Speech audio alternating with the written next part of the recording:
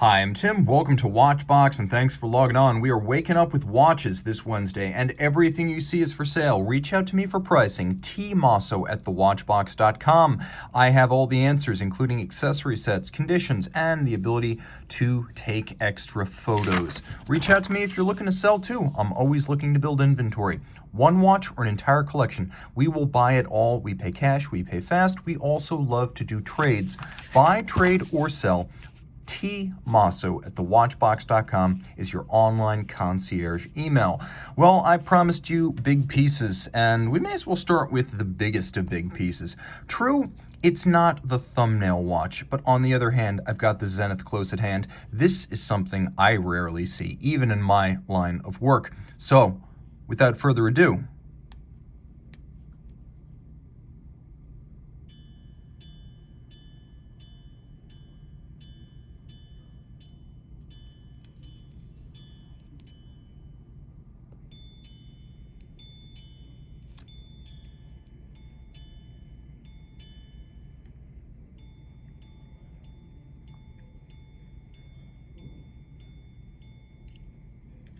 note how the Zeitwerk minute repeater waits to complete the chime before jumping the time. First chiming the time at the point you command the minute repeater to act, and then jumping to the current time only after the chiming has concluded. It also features a fail-safe, so you can't pull the crown and set the watch while the chimes are in action. And it's a fascinating watch because it has a single barrel, and that barrel is responsible both for the striking and the time telling, and there's no loss of torque to the escapement because the standard Zeitwerk movement, and this is a version of it, features a remontoir d'égalité constant force device, so the fluctuation of torque from the mainspring barrel due to the jumping of the time or the striking, that doesn't affect the escapement, which receives constant force for the full 36 hours of the watch's power reserve. Now, if you listen carefully there, you may have also noted that this is a decimal repeater. It repeats the hours, the tens of minutes after the hours, and then the minutes after the tens, unlike a minute repeater, which chimes the hours, the quarters, and the minutes after the quarters. The watch does use the single barrel for striking and time jumping, which is why you can see there's a little red dot inside the power reserve indicator, and that is the point at which the minute repeater system will not work because there's not enough energy in the mainspring barrel, so it lets you know, and then it blocks out the chiming automatically. The dial, as you can see, is partially composed of the movement, the so-called time bridge, framing the hour, the minutes, and the seconds. That's actually a piece of the movement. You can actually see that there is a sapphire pivot for the two discs that display the times. Now, you can also appreciate that because it is a minute repeater, and minute repeater components are sexy, they put them on the dial side of the watch. If you have, for example, the Zeitwerk striking, you'll note that the gong runs all the way around the outside, whereas with the minute repeater, it flows inboard, and then the strikers are acting against inboard gongs rather than outboard gongs. You'll also appreciate that it does feature the stop seconds function, which is not universal on jumping time displays, and if you want to relive minute repeater's greatest hits, you just turn to 1259 and you activate it again and again. You just press the button. You don't need to charge a slide, so you don't need to worry about half pulling the slide and damaging the watch. There is a full trigger actuated platinum deployant clasp. This is a very premium feature on Longa watches, only featured on true flagship pieces such as, for example, the Terra Luna and the Longa 31. Now turn it all over, and it's not just a technically impressive movement, it is beautiful to see. This is the caliber L0435, the fifth version of the original Zeitwerk movement, and it is by far the most complicated as it includes a mind-blowing 93 jewels and 771 parts. And this thing has it all, from an overcoil hairspring to a free-sprung balance to the remontoir system, and of course German silver bridges of nickel, copper, zinc, giving it that wonderful golden hue. The watch is platinum and 44.3 millimeters in diameter, so when it's on the wrist, it has an impressive stance but also impressive heft. It feels its price. Now let's jump straight to the watch I promised you, the Zenith Chronomaster Sport, a watch that came out this year and yet seems as though it's been with us for a long time because it's been so extensively discussed, and the question discussed most often is whether or not it cribs too much of the style from the Rolex Daytona. Well, when you look at the case profile, you can really see that the case is nothing like the Daytona. It's 41 millimeters in stainless steel. Daytonas feature no beveling on their lugs. This features beveling. Daytonas have tapered lug profiles. These are squared off. And today's Daytona, at least, features polished lug hoods and case flanks, whereas there's a satin polish contrast here. We do have quite a bit of resemblance from the dial side, though, as you can see on the crown side with pump pushers and a press-down crown. It doesn't laterally bear a lot of resemblance to the Daytona. It's this angle where it looks most like the famous Cosmograph. You can see that there is a ceramic bezel, but the bezel is not a tachymeter. It's a 10-second bezel that is used in conjunction with the spectacular striking 10th FPJorn chronograph. So we have this lightning seconds hand that makes one circuit of the dial every 10 seconds. And as you can see, it breaks the individual seconds up over broad swaths of the dial. So for example, I can read fractions of a second here. Right now I'm looking at 2 seconds, and then 1, 2, 3 tenths of a second. That's not easy to do on a traditional El Primero, where you have to read against tiny scales on the inner track of the dial. Here you have a very large scale that makes it easy to read widely spaced hashes. It's also fun to just leave it running because it looks spectacular. Now you do lose the hours register, but you get a 60-minute register, which I find supremely practical, as most chronographs only give you 30 minutes of register on their dials. And 60 minutes for me is just more practical and more intuitive. Now the watch includes a black lacquer dial. There are two different versions, white and black. I feel like the black dialed version looks less like the Daytona. You can see that the hands as well as the indices aren't really Rolex shaped. And then you have the overlapping tricolor registers that we expect from an El Primero. Underneath the case back, you can see caliber 3600, which is in all but name the El Primero 2, now with a 60-hour power reserve.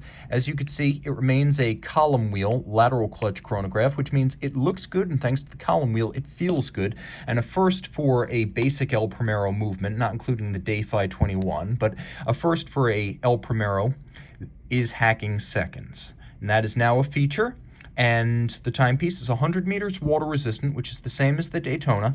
I will say the part that looks most Daytona-like is going to be the clasp, where I think Zenith has to be a little bit sheepish for using this design. But the watch as a whole, with a retail price of $10,000 and even less pre-owned, is an awesome value that you can buy now, unlike a famous Genevois chronograph, and the watch looks great on the wrist. In fact, I'm going to give you a wrist shot here because I didn't do a wrist shot before of the minute repeater, so we'll do both of them right here. As you can see, it's a good looking watch on a 16 centimeter circumference wrist, and it is well loomed. We'll go back, bring the Zeitwerk into the frame.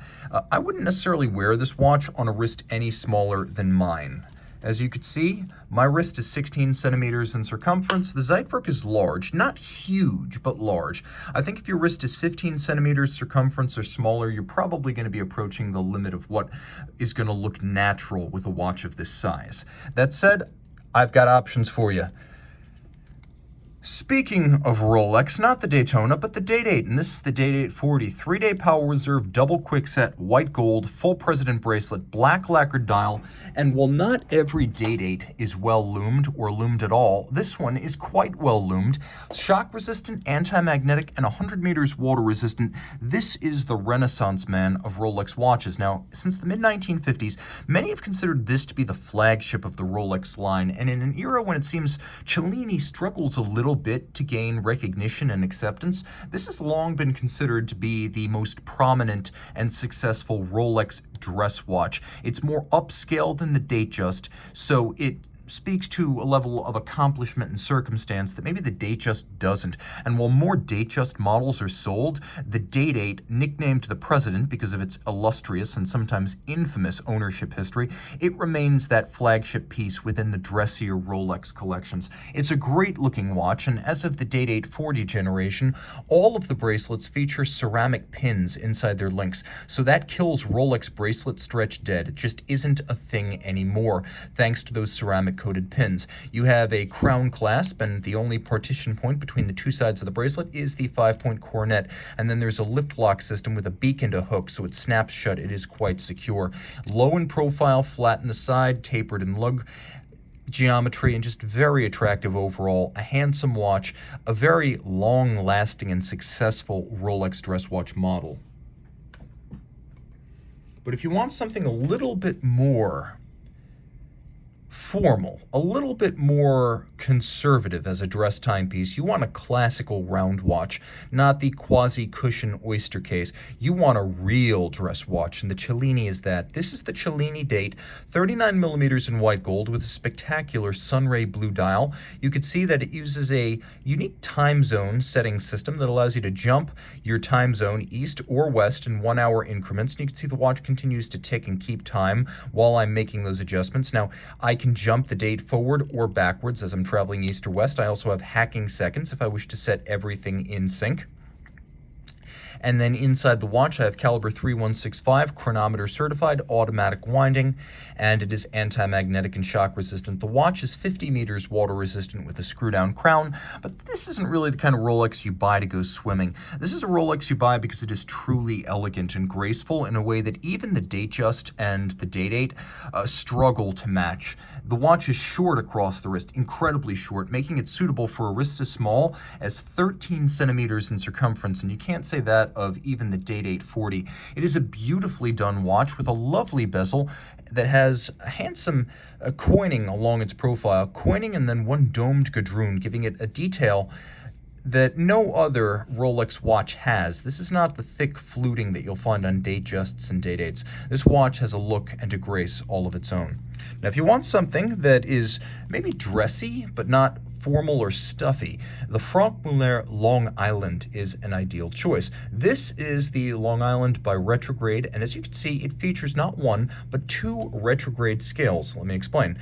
60 seconds broken up into two segments. One features 0 to 30, the other features 30 to 60. Lovely rosette guilloche, as you can see, radiating out from the center, and a lovely sort of Art Nouveau aesthetic, although Art Deco is often discussed in connection with the Long Island models. The fact is, during the heyday of 1920s Long Island, it would have been Art Deco precursor movements rather than Art Deco itself that influenced the art, the architecture, and the personal accessories of the time, as the Exposition des Arts Décoratifs did not occur until 1925 in France, and that wouldn't have reached the United States until the 20s were almost over. So this watch really harks back to an earlier era of art design, and you can see it features a seamless case. It loads through the back, so the bezel and the case band have no seam between them. It's just over 32 millimeters wide and 54 millimeters from lug to lug. It has an automatic ETA 2892 movement inside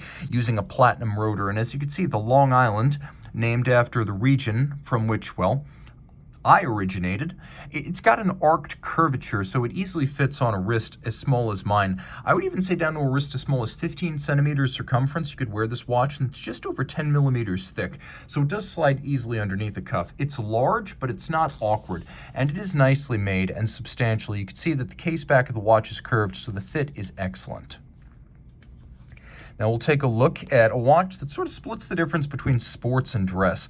A rose gold 5712R, certainly a watch that could be your dress watch. It's very thin at only 8.8 millimeters thick, and at 40 millimeters, it's not large generally. It's also quite narrow at 44.5 millimeters from lug tip to lug tip. Now this example features a rubber strap that is visually almost indistinguishable from the leather strap. So with a screw down crown and 60-meter water resistance, it is surface swimmable. The 5712 features a bit of a gradient dial from silver gray at the center to almost black at the edge, power reserve, radial date, moon phase, and small seconds. And it uses a caliber 240 micro rotor automatic that features a number of refinements, including an anti-magnetic silicone hairspring.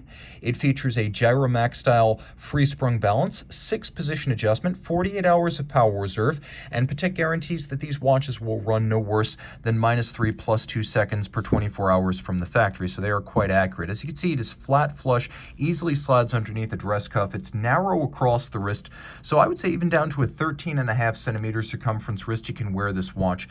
Beautifully flat, limpet-like along the arm. It's a comfortable and iconic watch. Now, if we want to up the ante and stick with Patek, 5131G, 39.5 millimeters in white gold. This is a cloisonné enamel world time using a system co-developed by watchmaker Louis Cotier and Patek Philippe. It allows you to read the time in 24 reference cities corresponding to the 24 principal time zones of the world. And as you can see, you set your current city. Right now it's Bangkok, up at 12 o'clock. And then you can change using the index, and the watch does the math for you. If, for example, you go from Bangkok to Hawaii, Anchorage, Alaska, or Los Angeles, California. Now at center, you can see the cloisonné enamel dial. It's not just fired vitreous enamel on a gold base. No, it's more than that. You still have the fired vitreous paint, but you have the cloison, the little gold wires that are shaped to create the image of the landmass. And you can see this is the Eurasian landmass, Australia and Oceania, Japan, all of China, Africa, really everything except the Western Hemisphere. So this is quite inclusive and nicely balanced visually, as we have a nice array of shades and a good distribution of the landmass. As you can see inboard, there's a 24-hour reference ring, and that's how you read the time in any of these primary cities. So, for example, I'll demonstrate how this works in intuitive fashion. If it is currently 4 o'clock in Los Angeles, and you can read 4 adjacent to Los Angeles, then I can see that in Cairo, Egypt, it is 1400. So it is 2 p.m. in Cairo. The minutes hand is universal for all these time zones. It doesn't do 15 and 30-minute steps.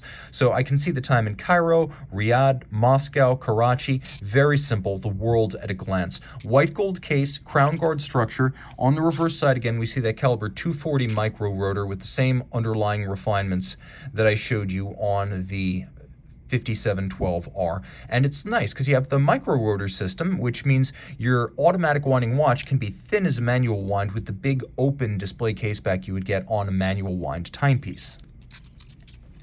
These watches, by the way, very rare, extremely collectible, and if you want to buy one new, the 5131 is discontinued. But if you wanted to get a 5231, you have to apply for it and be approved. This is a watch you can buy from us for nothing but money. Not a small amount of money, though, I'll admit. Schwarz-Etienne makes interesting watches, but it absolutely hit a home run with the Schwarz-Etienne Roma synergy with Kari Voutilainen. Now, Voutilainen is responsible for the dial, the finishing on the movement, and a lot of the overall design choices. So this watch, 39 millimeters in stainless steel, is smaller by 3 millimeters than the standard Roma. You can see there's a handsome break between lug and case, and the lugs are nicely fluted along with the bezel, which features a handsome step to break up its visual mass. The dial features 3 different finishes. There's a sunray motif outboard, fish scale, and then wave. And all of this is done by Comblamin Quetron, which is the dial factory owned by Kari Voutilainen. The dial itself is made up of sterling silver, so it is made of precious metal, and you can see that those 3 different patterns have been used, and 3 different darknesses of galvanized blue have been employed to create a little bit of contrast. Turn it all over, and you can see that the caliber, which is based on the ASE 200, it is finished by Voutilainen, finishing the ratchet wheel with solarization, individually polished teeth, which are an exquisite detail, and then black polishing of the well surrounding the screw at center. Engine turning, or guilloche, has been lavished on the bridges in a handsome rosette form, just like the dial of the Frogmoner we saw earlier, and then 3 different finishes have been applied to the micro rotor. Schwarz-Etienne makes its own movements right down to the hairspring and the balance, so all that's done in-house, and this automatic winder has 86 hours of power reserve. You can see the watch is a limited edition of 50 pieces, 50 in blue, 50 with the gray dial, 100 total. And if you look carefully, you can see that the anglage on the edge of the bridges is exquisite. It's done in mirrored fashion, a very old school, finished by hand. There's also a lovely rose gold plate made and placed by Atelier Voutilainen. These watches are gorgeous and they fit beautifully. They're absolutely worth the roughly $29,000 to get one new.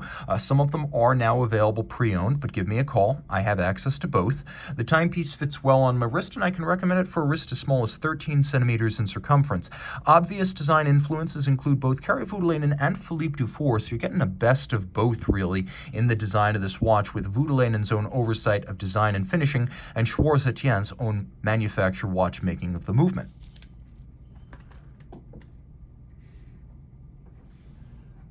I have a triple play for you.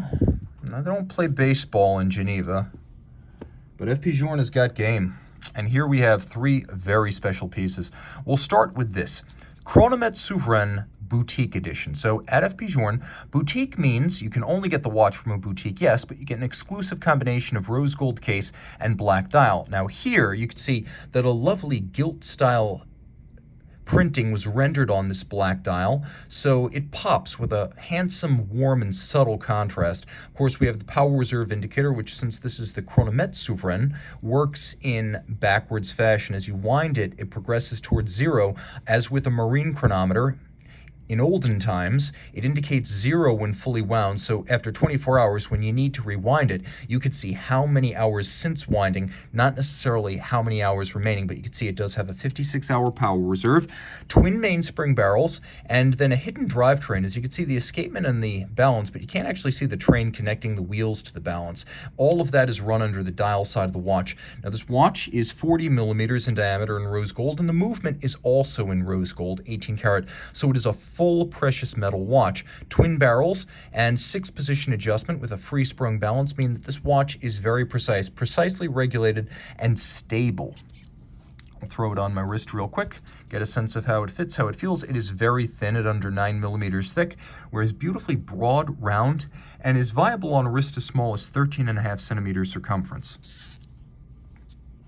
Now you can see a little bit of a difference here, not a huge difference, between a 40 millimeter Jorn and a 38 millimeter Jorn, because this right here is the 30 millimeter 3rd series FPJorn Tourbillon Remontoir. The original Tourbillon Remontoir, which ran from 1999 to 2004, was made in 4 series, of which the vast majority are the 4th series. The first 20 pieces were the subscription watches, then came the Series 2, identical to the subscription but without the 0 to 20 numbering, and then we got the 3rd series watch, which retains a lot of the patently handmade elements of the first 2, but it includes a flat remontoir cock, and that's the primary change visually. You can see that there's still that curious lacquer on the dial that gives these early FPJorn dials a very handmade look with a little bit of a color gradient where the printing is in place, and also a sense, the closer you get, that the printing is actually hovering or floating in suspension over the dial. That's unique to these earlier models. Now, when you see the flat remontoir cock and the large screws on the dial side with the larger printing for the power reserve scale, you know you're looking at a 3rd series watch, of which somewhere between 2 and 4 dozen were made, and this watch is one of the first 100 tourbillon of any kind made at FPJorn. So this is one of the first 100, and it is a 3rd series tourbillon remontoir. These were made very early. Remember what I said, most of the tourbillon remontoir were the 4th series, and you can see a couple of distinctive features here, including the very narrow and shallow engraving of the characters on the reverse of the case. This is characteristic of these really early FPJorn tourbillon watches, and the timepiece, of course, featuring a handsome combination of those early design traits and outstanding condition. You can see brass movement. That's not unexpected in a pre-2004 FPJorn watch, but it's the shallowness of the engraving, and of course it is the rareness of this 3rd series watch that makes it quite special. The closer you get to the dial, the more handmade it looks, and that's actually part of the beauty of these watches. Now, jumping over to the other watch I showed you, which is the Resonance. This is a Resonance 3. It features the asymmetrical dial that was introduced in 2010, and the nice thing about it is that it does have a true 24-hour indication, so you can keep track of friends and business associates far-flung using this scale that has scrolling minutes and scrolling hours. The Resonance 1 and the Resonance 2 both had 12-12 symmetrical registers. A lot of people liked that look, but it wasn't helpful if you needed to know the difference between day and night in the remote region where you were not. Now, of course, this watch features a resonance chronometer coupling, and I'll demonstrate how that works, but it takes about 7 to 10 minutes for the 2 sides of the movement, the 2 separate movements, which have barrels, drivetrains, escapements, and balances, no connection between them.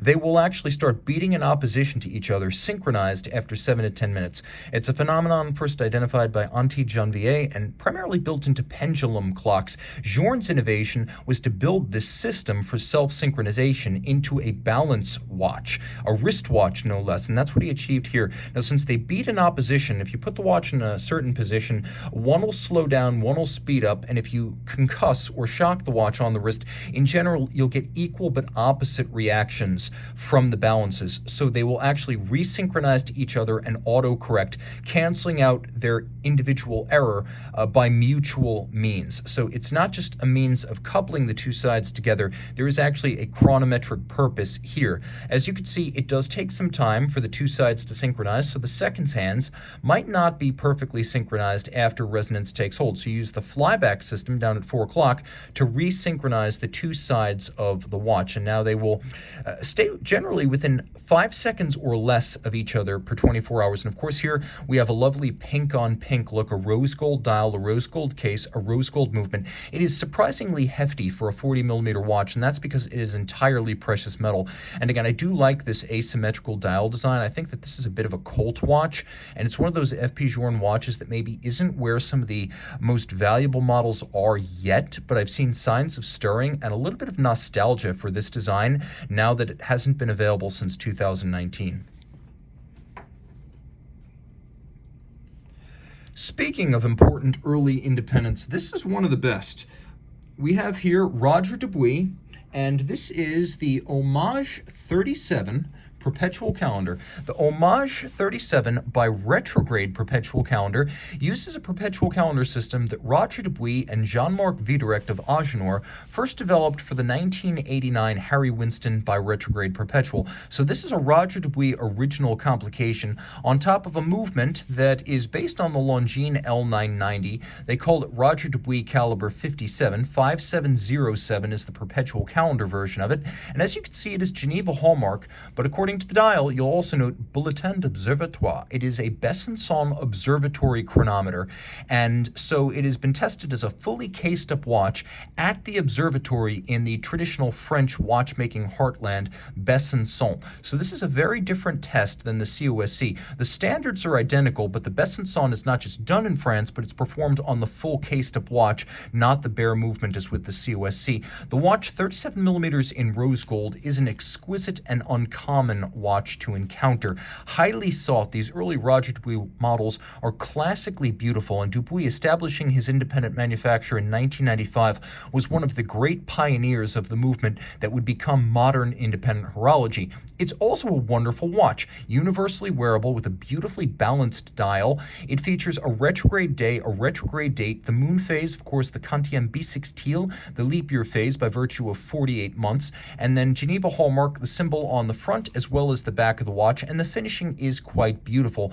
The Longines L990 is a fantastic movement, used everywhere from Breguet to Vianney Halter. It's one of the great ultra-thin automatic tractor calibers of all time, and often used on high horology complications. When you throw this watch on the wrist, it looks fantastic. The size is perfect. Today, folks love 37 to 39mm men's complicated dress watches, and this watch is very much in that vein. The Homage watch, so named because unlike the Sympathy or the Condottiere, the Homage was more specifically targeted at honoring Roger Dubois' own heritage in the watch industry, which included substantial time spent at Patek Philippe, and this is in many regards an homage to Patek's great complicated wristwatches.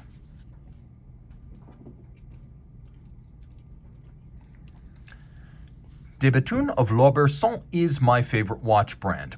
I will not equivocate on that count. I love the brand, its innovations, Denis Flageolet's approach to absolute engineering, finish, and design over everything, sometimes even solvency. Dubois spends all of its money building a better watch, and a better watch it does build. The company now on quite solid financial footing, making 150 watches a year, and they've only made about 2,900 watches of all types since their founding in 2002. This is one of those brands that's starting to move at auction, and while I don't know if it'll reach the heights of, for example, FPJorn or Philippe Dufour, I do think this is going to be one of those brands that shortly we'll all kind of wish we invested in back when we had the chance. Here is the DB25 perpetual calendar with a lovely brown bronze dial in a 44mm DB25 rose gold case. The DB25 collection came out in 2007 and it includes conventional lugs. While the lugs aren't strictly conventional in design, they aren't the variable geometry spring-loaded floating lugs that we know well from the DB28s and 27s. So for a lot of folks, this is going to be a more approachable Daytona. Now they make their own cases, dials, and movements, so they actually cut this dial themselves with two elements. There's the toroidal element outboard that has a lovely loft and curvature to it, and then inboard there's a rosette guilloche, and they do their own guilloche in-house. You can see it's a perpetual calendar with a radial date, the day, the month in apertures. You can see your leap year phase indicator in blued titanium. Then we have a moon phase that is spherical, and one half has been fired and one half is white palladium. So as the sphere turns, you can see the phase of the moon changing in spherical form. That is patented. The process for bluing the titanium is patented. And of course, many of the underlying refinements for this caliber 2024 base are patented. So Daytona has patented a shock protection system for its rotor bearing. You can see there are these cantilever springs at center with little jewels built in, so there's no stiction between the rotor center and the springs. The idea here is to allow a long effective lever arm, so the platinum mass outboard, no, not gold, not tungsten, platinum mass, can be held out far and generate maximum winding mechanical advantage. So the turning force, the polar moment, is great because of these long arms, and that's possible because you have bracing at center. Everything that's blue is fire blued titanium. You can see 1, 2, 3 shock protection springs on the balance bridge. Daytona calls that triple parachute. It's there for purposes concerning durability, yes, but also chronometric precision, as it better helps to relocate the balance staff at the center of its pivot jewel for better timing even in the face of shock. 2-element hairspring clamped together, shaped by hand, beating concentrically like an overcoil, but with the shock resistance and thin profile of a flat hairspring. You can see there's a non-annular yoke-style titanium blued balance that includes platinum masses outboard to try to take the most mass possible and move it right out to the edge. All of this automatic winding with a 5-day power reserve. This is a very impressive machine. It wears large, so I would say your wrist should be 15 centimeters circumference or larger to wear this watch, but it is flat, just over 12 millimeters thick. In spite of the complication, the automatic winding, and the huge power reserve, it is not a thick watch. You can see it does wear quite well on my wrist. But if you have a smaller wrist, and you want a smaller Daytona, here is the DB25 Stradivarius. Again, we have that DB25 case. No chicanery with the lugs, very standard lug profile, no spring-loaded action, 42mm grade 5 titanium, harder than steel and harder to scratch, but also lighter than steel. The watch features a fired blue dial center. You saw a little bit of that blued titanium in the leap year phase indicator of the DB25 perpetual calendar, but now here we have an enormous canvas of it. So all of this has been black polished and then fired blue. You know, when you oxidize titanium, it generally turns white. So this process for turning it blue is patented, and proprietary, and very secret. Gold leaf has been used to create the image of the Milky Way, and then the larger celestial bodies are actually white gold cabochon that have been inserted into slots in the dial. Outboard, we have another toroidal track with little cabochon of rose gold for the hours, as well as blue-printed, radially arrayed Roman numerals. Turn it all over, and by the way, how much do you love the discretion? You can barely read the brand name because you know what this is. It doesn't need to be over-branded. The movement, manual wind, here with a 6-day power reserve, the post-2016 version of Daytona's ever-evolving balance design. And then you can see that there's a black polished steel brace for the shock protection springs over the barrel bridge at center. It's all been black polished. A huge component to be finished to the highest level, poly noir or specular. Now the springs themselves have also been black polished, but you can see that they've also been fired blue. So you have the 1, the 2, the 3 shock protection springs, and here the balance bridge has been continuously rounded and then mirror polished. We have a balance bridge that helps to recenter the balance staff and guard against shock, and then we have a barrel bridge just above it that features enormous mirrored anglage. This is traditional rounded beveling. This is not a machined bevel. So while the watch does have a very futuristic look to it, all of the finishing standards are traditional. You can see cote de béton are applied across the bridges of the barrel bridge, but also across the base plate. And you'll note that they actually are mirrors of each other. So you can see that the dark side of each ridge is outboard, and that on both sides. You don't get that if you just run the abrasive wheel all the way across. So they actually reverse the wheel so that the stripes look like mirror images of their opposing number on the other side. And of course, once again, that patented hairspring is here, as well as a silicone escapement you can't see. The escape wheel itself is silicone to reduce friction, improve power reserve, and improve chronometry. And the watch wears beautifully. Super thin, flat flush, and titanium ultralight, a great way to get into de béton watchmaking. A timepiece simply dripping with style and innovation. That said, I'm finishing with a watch that is very, very traditional. This, launched in 1992 and built through approximately 2002, is the JaegerLeCoultre Reverso Art Deco, and this is the first example I have ever encountered in white gold. From 92 to 2002, about 900 were made in rose gold and 200 were made in white gold. The white gold model also features an absolutely explosive, ravishing, show-stopping, satinated and guilloche-cut salmon dial. The hands as well as the indices in white gold and rhodium plated. This is as good as it gets, or you might think so until you see the caliber 822 Art Deco. Now, if you're familiar with the 822, you know it was built for this case size, which is Grand Taille. 42.2 millimeters from lug tip to lug tip, 26 millimeters wide. And when that case size first launched in 1991, the caliber 822 was envisioned to properly fit it.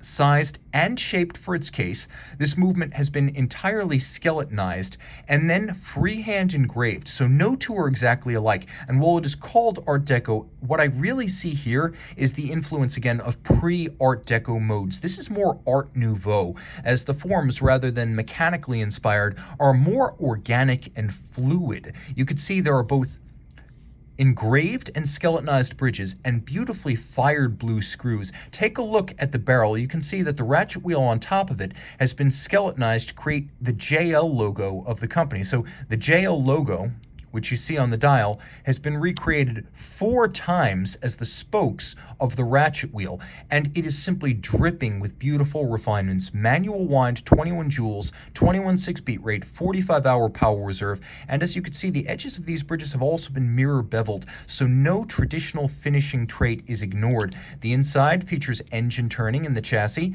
and of course we have 2 beautiful dials, a verso and recto, either one a treat and a feast for the senses. We have a full JLC second generation deploying clasp. Throw it on the wrist, and it's a perfect match. I owned 2 Reversos in this case size, and frankly, they were some of the most comfortable and frequently worn watches I ever owned. Again, 42.2 millimeters across the wrist. You can wear this watch on a really small wrist, and it's thin with a sloped case flank, which means you can easily slide it underneath the dress cuff. Though born as a sports watch, today's Reverso really is a dress watch, and this is a dress watch par excellence.